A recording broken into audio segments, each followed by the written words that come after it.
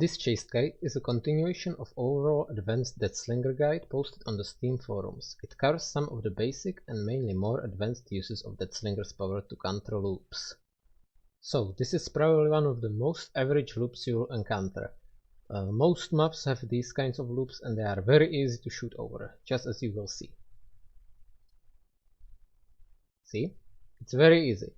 You can either wait here at the pallet or from the other side, and once the survivor drops it or they'll reveal themselves, you can easily shoot them and get them easily.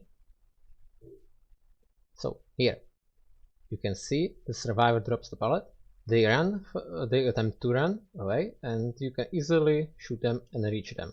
It's very easy, you should be doing this consistently. The pallet is dropped, doesn't matter at all, you can easily get them. Here, the survivor is dropping the pallet and you are a decent distance away, but you realize that the car doesn't have any obstacles in the path, so you can easily hit them, and since there are no obstacles, you can freely reel them towards you. The same example. It's just a window. Easily reeled towards you. So this is one of the higher loops. Most of the loops like this have some space where you can shoot through. For example, on Ormond there are loops with very high rocks where the hitbox of survivors head peeks out just a little bit. You can shoot over these just the same as this one. You could argue that you could go further here and shoot the survivor when they run around the rock. That is possible, but I find it much easier to shoot through the holes where survivors don't expect it. Here I pretend to break the pallet and I expect survivor to run away by the left side of the loop. It is successful. I aim at the survivor, hit them and reel them towards me. Free hit, because there is enough distance.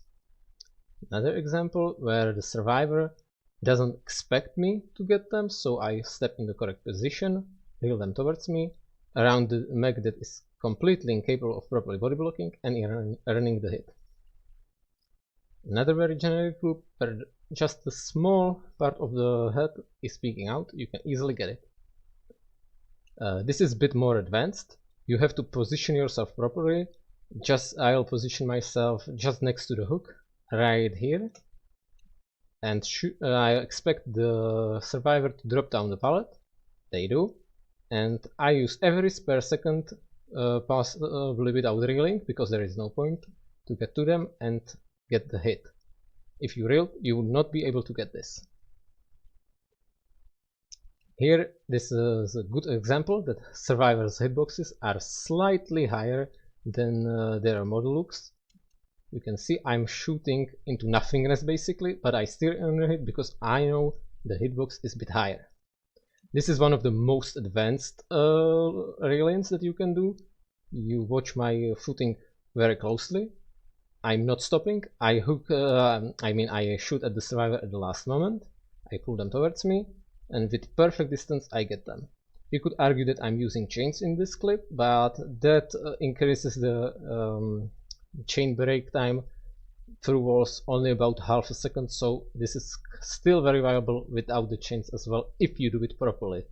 Ideal would be if the survivor was already running slight distance and you hit them there. That would be even more ideal, but this works as well. Here for the shack tips. There is not a single safe spot in the shack, at least from my knowledge.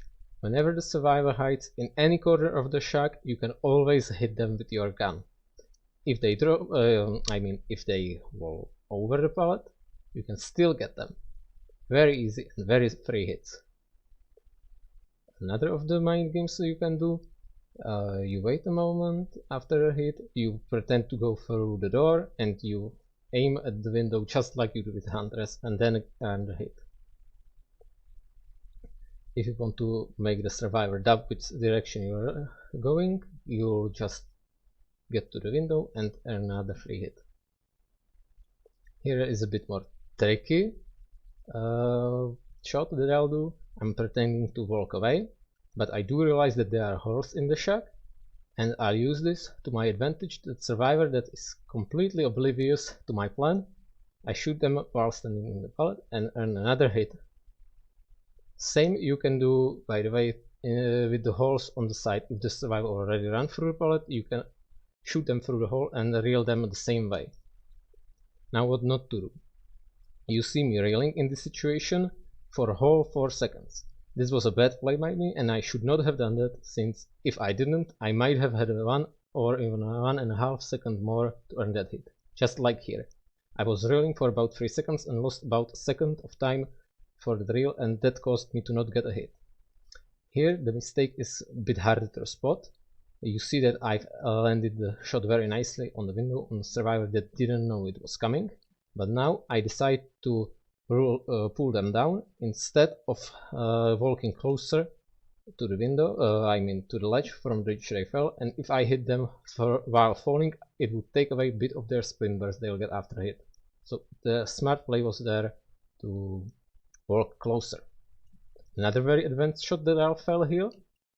You should be standing a bit more to the back so that you have easier time and not stop like I did, and obviously also not reel. I was reeling for most of this, which took away from me like a second and a half, which causes me to not being able to get the hit, but it is very possible. I've done it previously and it is possible. Now for punishing bad positioning of survivors. Whenever survivor is in the open and you hit them, you can easily combo them without any perks. Many people say the save the best for the last is needed for this. It is not. It helps with those situations, but you can easily do these combos without save the best for the last. For example, like here to prevent unsave, to prevent hooks. Here you can see the survivor that wasn't expecting me shooting them. That's a mistake on the survivor's part. He thought he was safe because he was already past the rails, but I realized that the holes in the rails are small enough or big enough to shoot through, and I earned the hit. For the long shots, you can, if you stop the video, like I will probably in the moment, you can see that I'm not shooting directly at the survivor, I'm aiming slightly before them. Here I'm baiting up the dead hard and aiming directly at them, because they're running straight. Here, for the proper reeling, whenever there are obstacles around you, want to reel while walking backwards, which greatly diminishes the ability of survivor to struggle. Here for the chain breaks. Whenever survivor is in a position where you can see them and they are not injured, no matter where they are, you should be shooting at them to injure them. This of course changes when survivor is injured. You have to think a bit more about your positioning, but when they aren't injured, it's free to shoot whenever you desire. Especially in situations like this, when it's a very tricky shot, but you can land it and earn the free injure.